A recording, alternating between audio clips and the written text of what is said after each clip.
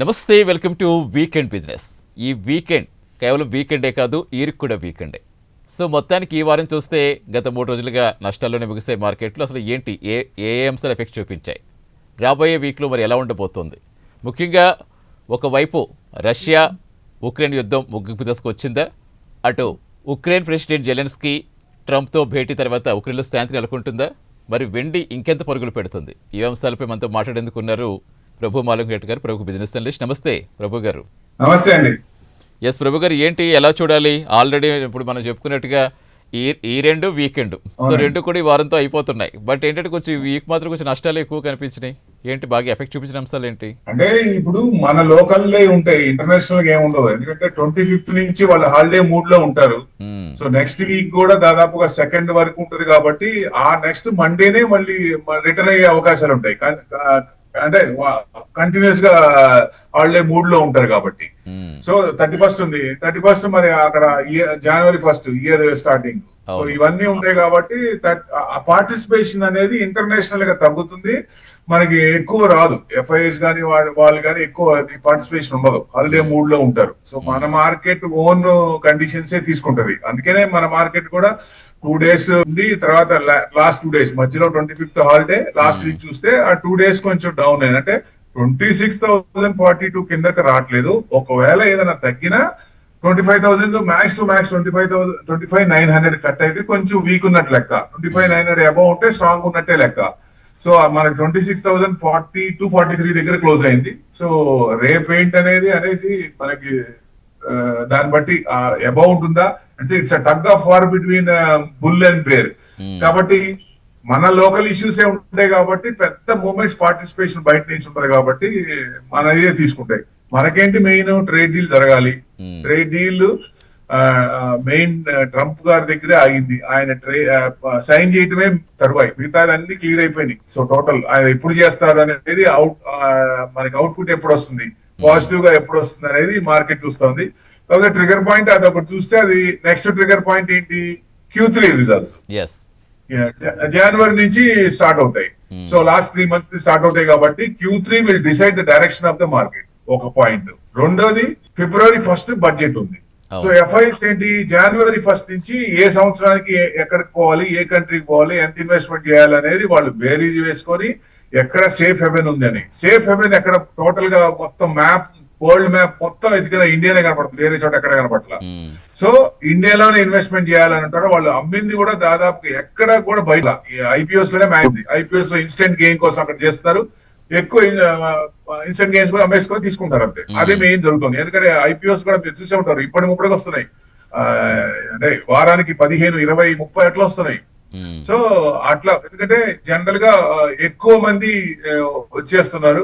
So మనకి IPOs ద్వారా పెద్ద మనకి వచ్చేది ఏమి ఉండదు, ఎందుకంటే మనం అనుకునే షేర్లు రావు. సో మనకు 100 అనుకున్నాం, అది మంచి కంపెనీ, ఫండమెంటల్ గా స్ట్రాంగ్ ఉంది, ఇది గ్రోత్ అవుతుంది అనుకున్నప్పుడు 15,000 నుంచి 2 లక్షలు చేస్తాం, మొత్తం రావు. ఎక్కువ మంది అప్లై చేస్తే తక్కువ వస్తుంది. సో దాని అనుగుణంగా ఉంటాయి కాబట్టి నిజంగా ఫండమెంటల్ స్ట్రాంగ్ అంటే secondary market best script IPOs కంటే. SME చూసాం, చాలా మంది 3.5 లక్షలు ఆటో 4 లక్షలు పెట్టాలి. ఇప్పుడు అవన్నీ చూస్తే 1.5-2 లక్షలు తగ్గున్నాయి. SMEల IPOs అసలు అవునండి, అసలు వద్దే వద్దంటా నేను.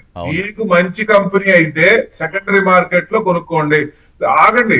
లాంగ్ టర్మ్ అనుకున్నప్పుడు పడినప్పుడు కొనండి, మీకు షార్ట్ టర్మ్ అనుకున్నప్పుడు రైజింగ్ లో ఉన్నప్పుడు, బ్రేక్అవుట్ అయినప్పుడు కొనండి. అట్లా డిఫరెంట్ కండిషన్స్ ఉంటాయి, దాని ప్రకారం వెళ్తమే మంచిది ఎప్పుడైనా సరే. లాంగ్ టర్మ్ అంటే ఒక వ్యూ ఉంటది, షార్ట్ టర్మ్ అంటే ఒక వ్యూ ఉంటది. సో దాని ప్రకారంగా వెళ్ళాలి. ఏదైనా ట్రేడ్ డీల్ జరగాలి ఎట్టి పరిస్థితుల్లో. డిసెంబర్ లో అనుకుంటే దాదాపుగా అవ్వలేదు. సో ట్రేడ్ డీల్ జరగలేదు కాబట్టి ఆల్టర్నేట్ గా ఈక్విటీ కొంచెం ఇబ్బంది పడతా ఉంది. పడట్లేదు అంటే ఎందుకు పడట్లేదు, FIIs వల్ల. వాళ్ళు కన్సిస్టెంట్ గా అమ్ముతూనే ఉన్నారు, వీళ్ళు కొంటూనే ఉన్నారు. ఎక్కడ కూడా తగ్గేదేలే అంటే ఎక్కడ ఆగట్ల. ఈ నెల చూస్తే డిసెంబర్ లో FIIs 24,000 అమ్మారు, 25,000 కోట్లు అనుకోండి. సో DIs చూస్తే దాదాపుగా 64,000 కోట్లు కొన్నారు, 64,000 crores. చూడండి మరి 3 times అన్నట్టు. సో వాళ్ళు ఎక్కువ పెడుతూనే ఉన్నారు. మార్కెట్ ఇప్పుడు డిసెంబర్ లో ఎంత తగ్గింది, 160 పాయింట్లు తగ్గింది, పెద్ద పడట్లేదు. నవంబర్ లో 500 పాయింట్స్ పెరిగింది, అక్టోబర్ లో 900 పాయింట్స్ పెరిగింది. సో అంటే ఆ, పడట్లేదు, ట్రిగర్ పాయింట్ కోసం చూస్తోంది. ట్రేడ్ డీల్ జరగలేదు కాబట్టి అవుతుంది అనుకునేది అవ్వలేదు. యుక్రెయిన్ వార్ తగ్గిపోద్ది ఆగిపోద్ది అని పుతిన్ గారు కూడా ఇక్కడ వచ్చినప్పుడు చెప్పారు కదా, అది కూడా ఆగలేదు, అది కూడా ఎక్స్టెండ్ అయ్యేటుంది. అదేదో అంటే టేబుల్ కాదు టెన్నిస్ మరి మ్యాచ్ రేపు ట్రంప్ గారితో భేటీ ఉంది కాబట్టి ట్రంప్ తోటి జెలెన్స్కీ భేటీ ఉంది, శాంతి వచ్చేస్తుంది, ఇక మొత్తం ఆగిపోతున్నట్టుగానే ప్రచారం అవుతుంది మరి. అంటే అది ఇప్పుడు చాలా కాలం నుంచి చూస్తున్నాం కదా సార్, ఇద్దరు భేటీ అవుతున్నారు కానీ ఎండ్ కార్డ్ పడట్లేదు. సో ఎండ్ కార్డ్ పడితే సంతోషం, మా ఇమీడియట్ గా మార్కెట్ తిరిగిందా డెఫినెట్ గా గోల్డ్ మెటల్స్ అవన్నీ తగ్గుతాయి. సో ఈ అన్సర్టనిటీ ఉంది కాబట్టి ఇప్పుడు ఇంకొక ఇష్యూ కూడా, యుక్రెయిన్ వార్తో పాటు వెనిజులా కూడా వచ్చింది కదా, వెనిజులా ఆయిల్ కూడా బ్లాకేజ్ చేశారు. అవును. సో దాని వల్ల కొంచెం ఈక్విటీ కొంచెం ఇబ్బంది పడుతున్నా, ఆ అసెట్ క్లాస్ లో గోల్డ్ సిల్వర్ బాగా పెరిగింది. మనం చూస్తే సిల్వర్ 17,000-18,000 పెరిగింది. అవును. సో ఈ రకంగా చూస్తే ఇది కనుక అట్లా కన్సిస్టెంట్ గా ముందుకు వెళ్తుంటే ఇవి కొంచెం పెరుగుతూనే ఉంటాయి. గోల్డ్ 2 లక్షల దాకా రాదా అంటే ఛాన్సెస్ ఉన్నాయి, 2 లక్షలు కూడా రావచ్చు, చెప్పలేము. అయిపోయింది 1,40,000. ఈ రోజు చూస్తే 1,41 ఏమో గోల్డ్ అంటున్నారు, సిల్వర్ వచ్చి మనకి 2.74 దాకా వెళ్ళిపోయిందని చెప్తున్నారు. అవునండి, 2.50 అనుకున్నాం, 2.50 కాస్త 3 దాకా వెళ్ళిపోయేలా ఇప్పుడు కనిపిస్తుంది. అంటే చాలా అర్లీగా, అంటే ముందు వెళ్తుంది అనుకున్నావు కానీ ఇంత స్పీడ్ గా ఏం చెప్పుకున్నాం, ఇప్పుడు 2 లక్షలు రావచ్చు, టైం పట్టిద్ది అన్నాం. 2.5 రావచ్చు, 5 ఏళ్ళు పెట్టుకున్నాను. అసలు సంవత్సరం కూడా కాలేదు కదా, డిసెంబర్ లోపల అయిపోయి వచ్చేటట్టుంది. 3 లక్షలు మీరు అన్నట్టు, ఆ 3 లక్షలు డిసెంబర్ లో 15,000 ఈ 4 రోజులు పెరిగింది అనుకోండి, నెక్స్ట్ వీక్ అయిపోయాయి, 3 లక్షలు అయిపోయాయి అసలు. ఎందుకంటే అది ఇంత పెరగడానికి కారణం ఏదైనా ఇష్యూ ఫ్లేర్ అప్ అయినప్పుడు ఆ రకంగా మెటల్స్ లో పెరుగుతాయి. కానీ ఇప్పుడు కొత్తగా ఇన్వెస్ట్మెంట్ చేసేవాళ్ళు కొంచెం జాగ్రత్తగా చేయాలంటాను. సో చూసి చేయాలి. ట్రెండింగ్ ఏదైనా డౌట్ వచ్చినప్పుడు ఇమీడియట్ ఎగ్జిట్ అయిపోవడం, ప్రాఫిట్ చేసుకోవడం, ఇట్లాంటివి ఉండాలి. మార్కెట్ లో ఎప్పుడు ఇచ్చేటట్టు కాకుండా తీసుకునేటట్టు ఉంటే మంచిది. సో డెఫినెట్ గా అది కొంచెం అలర్ట్ గా ఉండాలంటాను ఈ టైంలో నేను. సో మండే కూడా మీకు మెటల్స్ గ్యాప్ అప్ అయ్యే ఛాన్స్లే ఉన్నాయి. ఇది equity market consultation, down side consultation ఈ వీక్ కూడా ఉండొచ్చు, ఇది పార్టిసిపేషన్ ఏముంది కాబట్టి.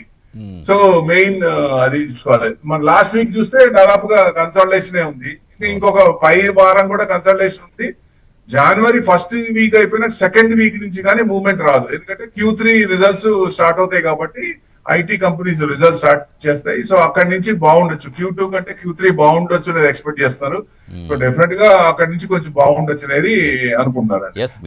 ఇప్పుడు ప్రజెంట్ హాలిడే మూడ్ లో ఉన్నారు కానీ నెక్స్ట్ మంత్ డెఫినెట్ గా 2026 ఎందుకంటే మనకి బడ్జెట్ ఒకటి లోకల్ గా మీరు చెప్పినట్టు ఇష్యూస్ ఉంటాయి, Q3 రిజల్ట్స్ ఒకటి ఉంటాయి. అండ్ ఈ యుద్ధానికి సంబంధించి కూడా ఏమన్నా ఒక ఎండ్ కార్డ్ కి సంబంధించి ఏమన్నా ఒక డెసిషన్ వస్తే ఇంకా అది కూడా చాలా మెయిన్ అడ్వాంటేజ్ అవుతుంది. న్యూస్ రావాలి, ఎందుకంటే ఆగుతుంది, ఎక్కడో చోట ఆగాలి, లేకపోతే ఈ 3 ఏళ్ళు కాష్టంలా కాలుతూనే ఉంది. 3 ఏళ్ళు మెయిన్ వాళ్ళకేం కాదు, జనాలే కదా ఇబ్బంది పడేది, చిన్నపిల్లలు చచ్చిపోతున్నారు అక్కడ, దారుణం కదా. అది ఎక్కడో చోట ఎండ్ కార్డ్ పడాలి, 100% పడితేనే మంచిది. ఎంత త్వరగా ఈ 30% లోపల పడితే మహాభాగ్యం. ఇంకా ఎందుకంటే బాగా ఇబ్బంది పడతారు. ఒక యుద్ధం జరిగితే మళ్ళీ అప్పుడు ఆ యుక్రెయిన్ మళ్ళీ రివైవ్ అంటే ఎన్ని సంవత్సరాలు పడుతుంది, ఆ బిల్డింగ్ అని కట్టాలి, ఫైనాన్షియల్ గా రావాలంటే ఎంత టైం పడుతుంది. సో అందుకని మన మోడీ గారు చెప్పినట్టు యుద్ధాల సమయం కాదు ఇది, 80% వద్దు అనే వాళ్ళు వినేటట్టు లేదు కదా. ఒక రకంగా మోడీ మాట ఇదే నేను ఆపుతానని చెప్పారు, కానీ ఫైనల్ ఏమైంది, జెలెన్స్కీ నాదేం అభిప్రాయం లేదు, జనరల్ డొమైన్స్ లో పబ్లిక్ డిమాండ్ ఏదుందో తీసుకోమంటున్నాడు ఆయన. సో రేపు మనకి తెలుస్తుంది, రేపు ఇద్దరు కలుస్తారు కాబట్టి, ట్రంప్ అను జెలెన్స్కీ కలుస్తారు కాబట్టి, అది కనుక అవుట్పుట్ వస్తే నిజంగా ఆగింది అనుకోండి సంతోషం, వెళ్ళనుకోండి మార్కెట్ పెరిగే ఛాన్స్ లో ఉంటాయి అప్పుడు. కానీ మీరు మొత్తం అనుకున్నట్టుగా ప్రపంచం ఏమైపోతున్నా బంగారు వెండి మాత్రం అసెట్ క్లాస్ లో ఇబ్బంది పడుతున్నప్పుడు, అన్సర్టనిటీ ఉంది అన్నప్పుడు అవి పెరుగుతాయి, మెటల్స్ పెరుగుతాయి. ఇప్పుడు ఇవి రెండే కాదు, గోల్డ్ అండ్ సిల్వరే కాదు, ఇంకా అదర్ ఎలైస్ కూడా ఉన్నాయి కదా, అల్యూమినియం గానీ, జింక్ గానీ, కాపర్ గానీ. కాపర్ కూడా నేను కూడా ఉన్నానని రేస్ లో జాయిన్ అయింది, తర్వాత జింక్ కూడా జాయిన్ అయింది. సో నేనేమనంటా అంటే కాపర్ కూడా బాగా పెరిగింది కాబట్టి అంత సిల్వర్ లో అంతా పెట్టకుండా కొంత పర్సెంటేజ్ జింక్ ను సిల్వర్, నెక్స్ట్ అల్యూమినియం దాంట్లో కూడా చూడండి అని చెప్తాను. ఎందుకంటే ఆ ట్రెండ్ చూసుకోవాలి, బ్రేక్అవుట్ అవుతున్నప్పుడు ఆ లెవెల్స్ చూసుకొని దాని ప్రకారం పెట్టుకుంటే కొంచెం ప్రాఫిట్ లో ఏదైనా అలర్ట్ గా ఉండి ఏదైనా యూటర్న్ తీసుకున్నా మార్కెట్ లో స్ట్రాటజీ మారినప్పుడు ఇమీడియట్ గా మళ్ళీ చేంజ్ అవుతాయి. ఎందుకంటే ఇంత పెరుగుతుంది అనుకుంటే ఏదన్నా కొంచెం మంచి పాజిటివ్ న్యూస్ ఏదైనా వచ్చినప్పుడు పారాబోలిక్ పాత్ వస్తుంది, అది తీసుకుంటుంది వెనక్కి, అది తీసుకున్నప్పుడు మనం తట్టుకోవాలి, ఇమీడియట్ గా బయటకు వచ్చేయాలి. అది అందుకని నేను అలర్ట్ గా ఉండమంటాను ఎవరినైనా కానీ. ఎస్ డెఫినెట్గా. ఎట్ ద సేమ్ టైం అంటే మనకి ఇంక ఈ రెండు వచ్చింది కాబట్టి ఒకసారి ఒక రౌండప్లో చూసుకుంటే ఈ ఇయర్లో మేజర్ ఈవెంట్స్ అంటే ఏం చెప్తారు ప్రభు గారు? అంటే చాలా జరిగినాయి కదా, ట్రంప్ గారు రోజుకో డెసిషన్ తోటి మొత్తం మార్కెట్స్ అన్ని అలకలలో ఇప్పటి వాళ్ళు మార్కెట్లు అలవాటు పడటం, ఈ బంగారం వెండి పెరుగుదల. జనవరి 20th వచ్చారు, ఆ, ఆ ఏప్రిల్ నుంచి స్టార్ట్ అయింది మనకి. అవును. సో టరీఫ్ లని అంటే ట్రేడ్ ఇంబ్యాలెన్స్ ఏ కంట్రీకి $50 బిలియన్ అబౌవ్ ఉన్నాయో వాళ్ళకి ఇప్పుడు, ఎందుకంటే మనం యుఎస్ పంపిస్తాం, అక్కడి నుంచి తక్కువ తెప్పించుకుంటాం. ఆ ట్రేడ్ ఇంబ్యాలెన్స్ ఉన్నప్పుడు వాళ్ళ మీద ట్యాక్స్ చేసుకొని బ్యాలెన్స్ చేద్దాం అని ఉంది. అంటే బిజినెస్ కాకుండా ట్యాక్స్ మీద బిజినెస్ నడిపిద్దాం అంటే ఎట్లా కుదురుద్ది అది? వాళ్ళోళ్ళే చెప్తున్నారు కదా. సో అంటే ఆయన ఏం చేసినా it's all executive, it's not statute. అది ఎట్టి పరిస్థితుల్లో స్టాట్యూట్ కాదు కాబట్టి నిలబడదు. కోర్టులో కేసులన్నీ ఉన్నాయి, సిటిజన్షిప్ కానీ ఏదైనా కానీ మొత్తం మళ్ళీ వెనక్కి వచ్చే ఛాన్స్ ఉంటుంది. కానీ ఇన్స్టెంట్ గా ఇబ్బంది పడతాం. అది పెద్ద పొజిషన్ లో ఉన్నప్పుడు డెవలపింగ్ అప్కమింగ్ కంట్రీస్ కి చేయూతనివ్వాలి. సో డెఫినెట్ గా అది మనకి ఆయన ఇండియా అంటే మంచి ఇదే ఉంది, కానీ కొన్ని పాజిటివ్ కొంచెం ఇంకా రావాలి. మనకి నెగిటివ్స్ ఏం లేవు, మనకి అన్ని మనకి నెగిటివ్ లేదు పాజిటివ్ అనుకుంటే H1 మీద గురంటే మనమే కదా ఎక్కువగా. అవునండి, సెంట్రల్ బ్యాంక్స్ అన్ని ఎక్కువ చేస్తున్నాయి. గోల్డే కాదు సిల్వర్ కూడా కొంటున్నారు, మన ఆర్బీఐ కూడా సిల్వర్ కొన్నది. సో అట్లానే వాళ్ళు మిగతా ఇది కూడా కొనడానికి ప్రయత్నిస్తారు. కాబట్టి సో ఈ ఇష్యూస్ గ్లోబల్ ఇష్యూస్ ప్రకారమే మనం కొంచెం నలుగుతున్నాం. మన లోకల్ ఇష్యూస్ స్ట్రాంగ్ గానే ఉన్నాయి, మనకి ఏం పర్వాలేదు. డైరెక్షన్ మార్కెట్ డిసైడ్ చేసేది Q3 కావచ్చు, Q4 బాగుండొచ్చు ఈ ఇయర్ ఇది కూడా. సో ఇక 2026 లో ఇవన్నీ మారితేనే కొంచెం చేంజెస్ వస్తాయి. ఒకవేళ మారలేదు, ఎక్స్టెండ్ అవుతున్నాయి అంటే డౌన్ సైడ్ కన్సల్టేషన్ అయ్యే ఛాన్స్ ఉంటాయి. కానీ పడట్లేదు చూడండి, mid and small cap. Last year ఏమైంది, మిడ్ క్యాప్ పెరిగింది అంటే సీక్వెన్స్ గా రాలేదు, ఆర్గనైజ్ వేలో రాలేదు. జనరల్ గా ఆర్గనైజ్ వే అంటే లార్జ్ క్యాప్ పెరగాలి, మిడ్ క్యాప్ పెరగాలి, స్మాల్ క్యాప్ పెరగాలి. ఎప్పుడైతే మిడ్ అండ్ స్మాల్ క్యాప్ పెరిగిందో ఎక్కువ మందికి డబ్బులు వస్తాయి, ప్రాఫిట్స్ వస్తాయి. ఎందుకంటే వాటి రెండింటిలోనే ఎక్కువ ఉంటారు. లార్జ్ క్యాప్ అందరు కొనరు, పెద్ద గ్రోత్ ఉండదు దాంట్లో. ఇంట్రెస్ట్ పరంగా బ్యాంక్ అంటే కొంచెం ఎక్కువ వచ్చే ఛాన్స్ ఉంటాయి తప్ప. సో డెఫినెట్ గా ఇప్పుడు సీక్వెన్స్ లో వస్తాయి అని అనుకుంటున్నాం. ఇవన్నీ సెటిల్ అయితే ఇవి సెటిల్ అవుతాయా లేదా అనేది మనకి జనవరి 14th మన క్రిస్టమస్ లోపల అవుతున్నాయి అనుకునేది అవ్వలేదు. 31st లోపల అవుతాయా, 14th సంక్రాంతికి అవుతాయా అనేది చూడాలి. సో మెయిన్ ఇవన్నీ ఎప్పుడో ఒకసారి తిరుగుతాయి, తిరగకుండా ఉండవు. మనం లోకల్ గా స్ట్రాంగ్ అవుతున్నాం కానీ కొంచెం ఇంటర్నేషనల్ గా ఇష్యూస్ తోటి కొంచెం నలిగిపోవాల్సి వస్తుంది అంతే. అవును, మన బ్రిక్స్ కరెన్సీ పెరుగుతున్నప్పుడు మన యూపీఐ కూడా చూడండి, మన కంట్రీ కాదు వేరే కంట్రీ, శ్రీలంక కానీ కొన్ని కంట్రీస్ మన యూపీఐ నడుస్తోంది.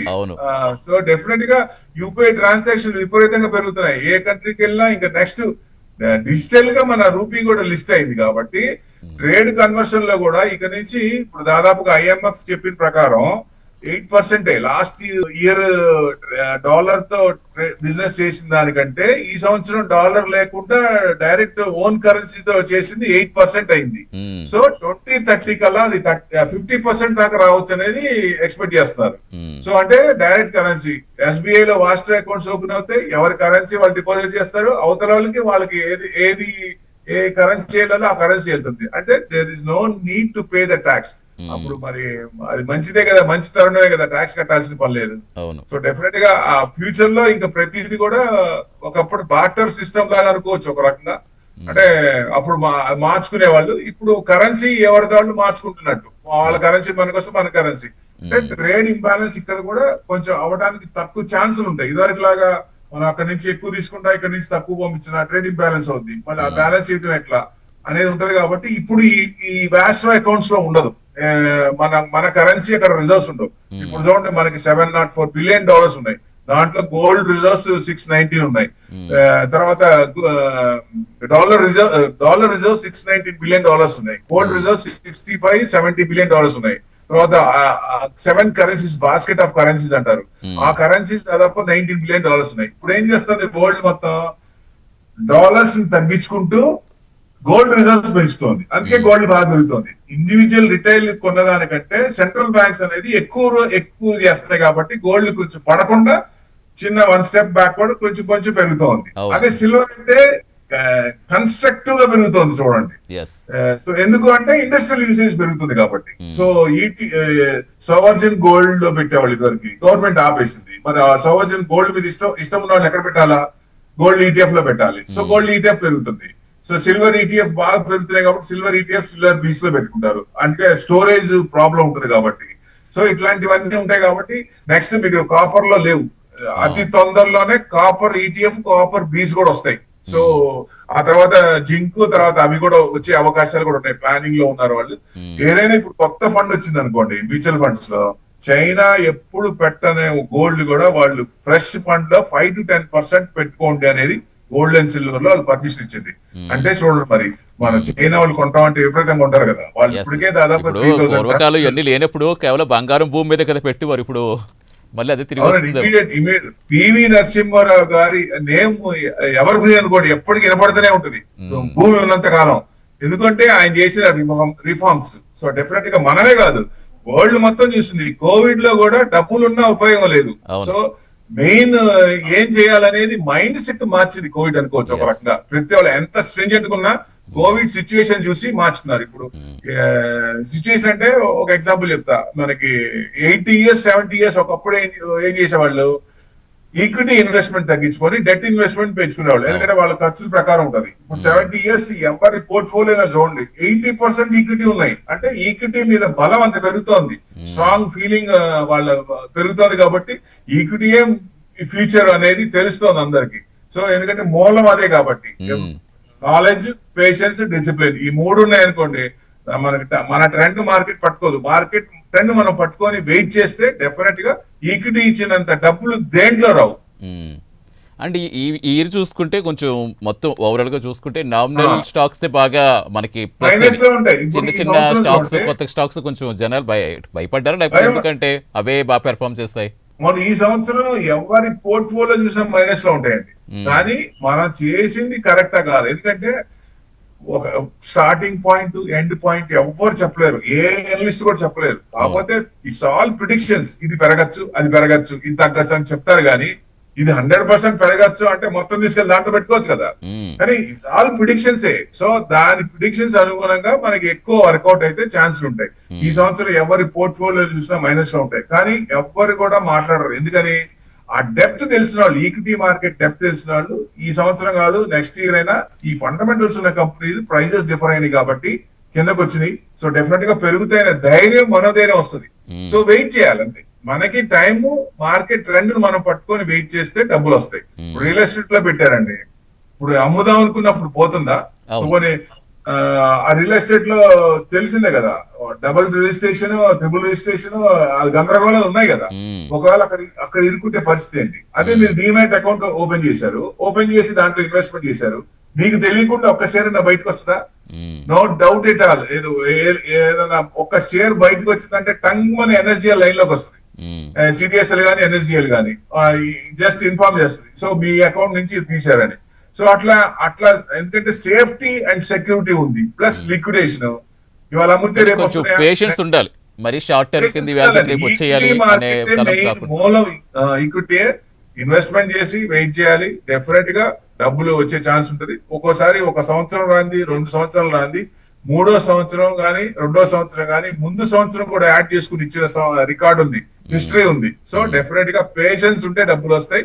మన ట్రెండ్ మార్కెట్ పట్టుకోదు, 80% పట్టుకోదు. దాని ట్రెండ్ మనం పట్టుకుంటే డెఫినెట్ గా డబ్బులు వస్తాయి. బట్ అందులో ఈ మధ్య మనం లోకల్ గా బాగా స్ట్రాంగ్ అవుతున్నాం కాబట్టి మనకి ఇప్పుడు ఇంత స్ట్రాంగ్ లీడర్ ఏ కంట్రీకి ఉన్నారంటే 8.2 జీడిపి వచ్చింది మనకి. 4.3 4.4 యుఎస్డి. డెవలప్డ్ కంట్రీస్ జీడిపి తక్కువ ఉంది. ఎమర్జింగ్ మార్కెట్స్ లో మనమే ఉన్నాం. ఇంక వేరే వాళ్ళు ఎవరు ఒక్కటి చెప్పండి, ఒక్కటి లేదు, స్ట్రాంగ్ ఉన్నాం. సో అంటే మిగతా స్ట్రాంగ్ పాయింట్స్ ఈ 10 ఏళ్లలో ఏదన్నా స్కామ్లు ఉన్నాయా? ఏదన్నా ఏమి లేవు కదా. సో గ్రోత్ అనేది వరల్డ్ వైడ్ గా ఆర్థిక మంచి నడుస్తున్నా మనం మాత్రం ఇప్పుడు స్ట్రాంగ్ గానే కనిపిస్తున్నాం. మన బ్యాంకులు స్ట్రాంగ్ ఉన్నాయి. ఎక్కడైనా చూడండి, ఎక్కడైనా స్కామ్లు ఉన్నాయా? ఇదివరకు మన స్కామ్లు విపరీతంగా వచ్చాయి. ఇప్పుడు బ్యాంకుల్లో ఎక్కడైనా స్కామ్ వచ్చిన ఏమైనా ఉన్నాయా? అసలు అట్లాంటి వర్డ్ దరిదాపుల్లో కూడా లేవు కదా. సో ఇట్లాంటి గవర్నమెంట్, ఇట్లాంటి రూలింగ్ ఉన్నది ఉంటే డెఫినెట్ గా ఇలాంటి స్కామ్స్, ఇట్లాంటి నెగిటివ్స్ రాకుండా ఉంటే ఎకానమీ బాగుంటే ఈక్విటీ పెరుగుద్ది. సో నెక్స్ట్ 10 years లో ఇప్పుడున్న మార్కెట్ కి 26,000 మార్కెట్ కి నెక్స్ట్ 10 years వేసుకుంటే మీకు 50 to 60 వరకు వెళ్తా అంటే నిఫ్టీ వెళ్లే ఛాన్స్లే ఉంటాయి. సో మన ఇన్వెస్ట్మెంట్ ఇవాళ పెట్టామనుకోండి, 60,000 వచ్చింది అనుకోండి, 50,000 వచ్చింది నిఫ్టీ, ఎక్కడ ఉంటుంది మన పోర్ట్ఫోలియో? డెఫినెట్ గా లాంగ్ టర్మ్ లో అంటే అది ఇండివిజువల్ ఎవరి టేస్ట్ ప్రకారం వాళ్ళకి ఉంటుంది కాబట్టి ఆ ఒకళ్ళకి సూట్ అయింది ఇంకోటికి సూట్ కాదు. ఆ సూట్ వాళ్ళకి సూట్ అయింది పెట్టుకొని ఇన్వెస్ట్మెంట్ చేసి కూర్చుంటే డెఫినెట్ గా రిటర్న్స్ వచ్చే అవకాశాలు ఉంటాయి. పడినప్పుడు ఏంటంటే ఇప్పుడు తమిళియన్స్ కి అమావాస్యలో ఈ ఇన్వెస్టర్స్ కి మార్కెట్ పడినప్పుడు సదవకాశం, దాన్ని ఉపయోగించుకోమంటారు, భయపడాల్సిన పని లేదు. టకటక మన తెలుగు రాష్ట్రాల్లో రెండు మెయిన్ భయం ఎక్కువ ఉంటుంది, అమ్మ పడిపోతుంది ఈక్విటీ, ఆయనకి ఏదో మార్కెట్ లో మొదటి సూత్రం వచ్చిందనగానే మనం కొంటాం, అది మార్కెట్ పడుతుందనగా దడదడ అమ్మేస్తాం, ఎందుకు మనం అమ్మాల్సిన పని లేదు. అవునండి, ఎట్టి పరిస్థితుల్లో వెయిట్ చేస్తే డెఫినెట్ గా రిటర్న్స్ అనేది అవకాశం ఎక్కువ ఉంటుంది. ఎస్ సార్, అంటే ఇప్పుడు మనకి యూఎస్ తోటి మెయిన్గా అంటే ఎంత కాదనుకున్నా ప్రతి ఒక్కరికి యూఎస్ తోటి ఒక అటాచ్మెంట్, ప్రతి ఫ్యామిలీకి ఎవరో ఒకరు కనెక్ట్ అయ్యి ఉంటారు కాబట్టి అక్కడ ఏం జరుగుతుందో మనకంటే కూడా వాళ్ళ మీద ఎక్కువ కాన్సన్ట్రేషన్ ఉంటుంది.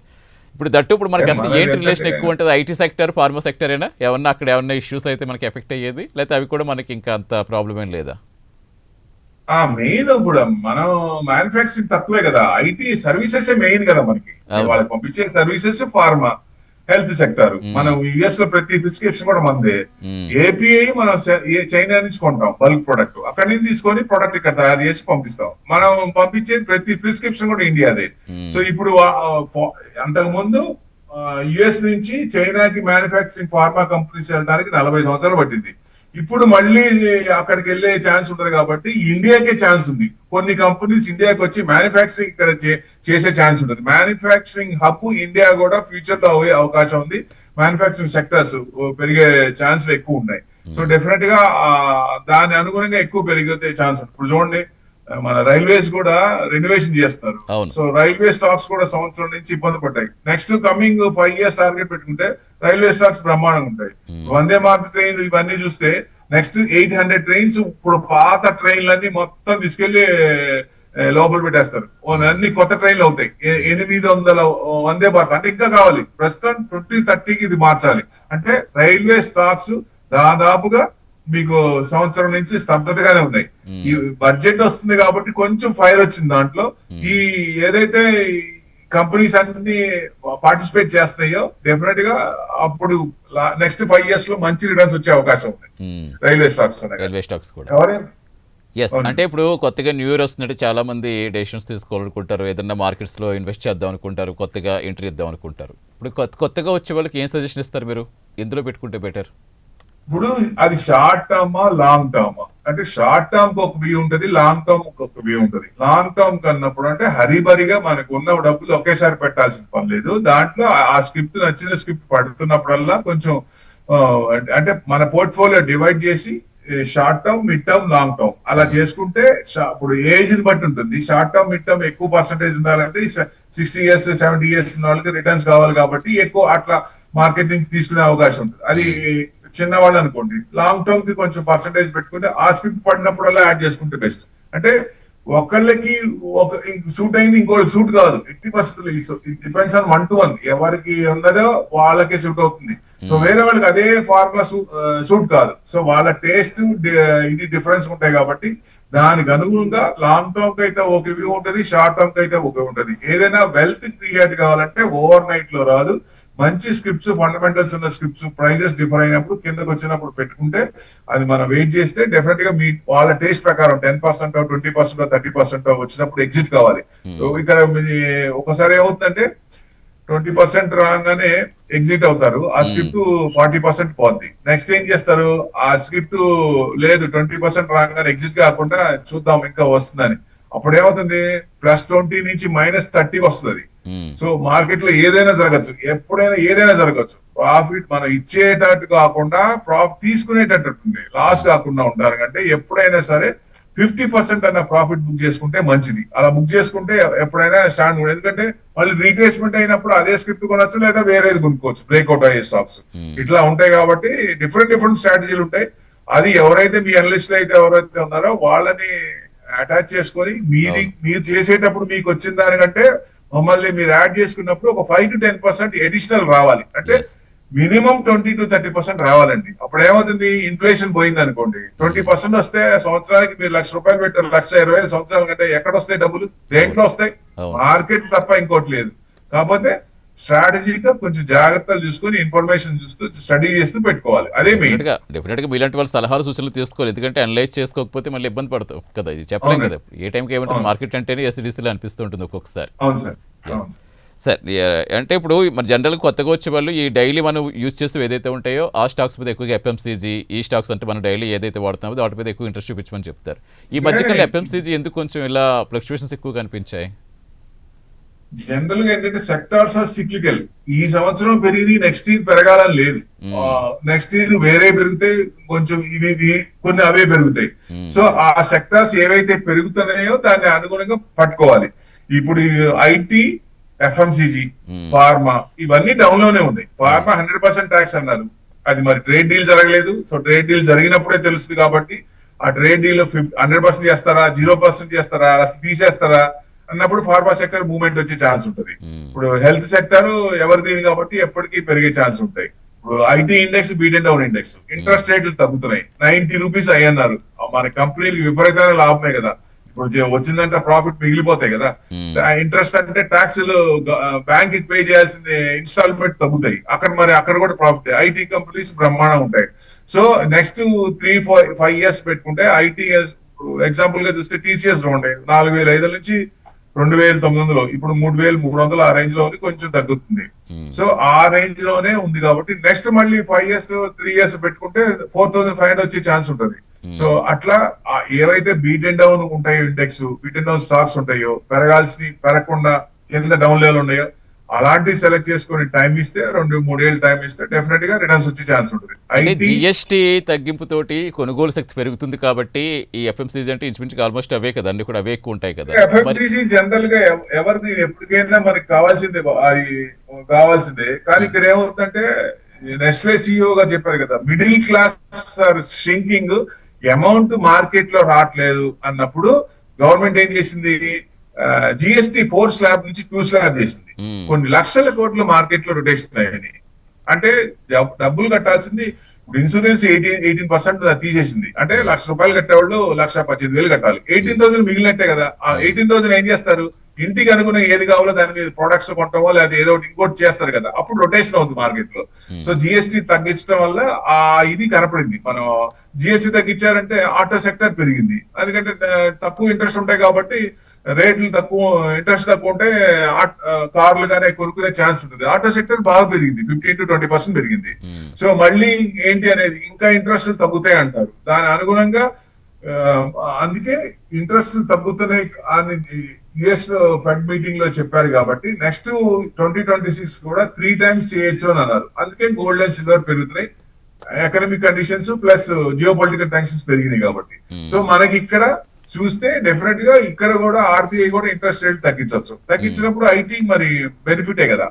సో అలాంటి beat and down stocks, beat and down index చూసుకుంటే మీకు నెక్స్ట్ టైం ఇస్తే మంచి రిటర్న్స్ వచ్చే అవకాశాలు ఉన్నాయి. నెక్స్ట్ మంత్, నెక్స్ట్ వీక్ ఇంకా ఫైనల్ గా కొంచెం మేజర్ అనుకోవచ్చు. ఇక మార్కెట్ రేట్ డీల్ జరగాలి, ఎఫ్ఐఎస్ యూటర్న్ తీసుకోవాలి. ఎఫ్ఐఎస్ కన్సిస్టెంట్ గా అమ్ముతూనే ఉన్నారు, దాదాపుగా 2.5 సంవత్సరాలు 3 సంవత్సరాలు తీసుకోండి 5 లక్షల కోట్లు అమ్మారు. కానీ డబ్బు బయటికి పోయిందా, పోలేదు. ఎక్కడ పోతారు, ఏ కంట్రీకి పోవాలి, సేఫ్ హెవెన్ ఇక్కడే. సో ఈక్విటీకి వాళ్ళకి ఇప్పుడు 2019 లో మీకు కార్పొరేట్ ట్యాక్స్ అనేది రిడక్షన్ చేశారు. 30% అనేది 22% చేశారు, ఏది 1 crore కంటే బిలో ఉంటే. అబౌవ్ ఉంటే 24% చేశారు, అంటే 6%, 8% తగ్గించారు. అప్పుడు మార్కెట్ బాగా పెరిగింది. సో ఇప్పుడు నెక్స్ట్ బడ్జెట్ లో మార్కెట్ ఇబ్బంది పడుతున్నప్పుడు ఇప్పుడున్న గవర్నమెంట్ ఏదో ఒక స్టెప్ తీసుకుంటది. సో బడ్జెట్ లో మంచి బూస్ట్ రావచ్చు మార్కెట్ కి, ఎందుకంటే ఏదో ఒకటి మార్కెట్ బూస్ట్ అయ్యేది ఇస్తారనేది మార్కెట్ బాగా ఎక్స్పెక్ట్ చేస్తుంది.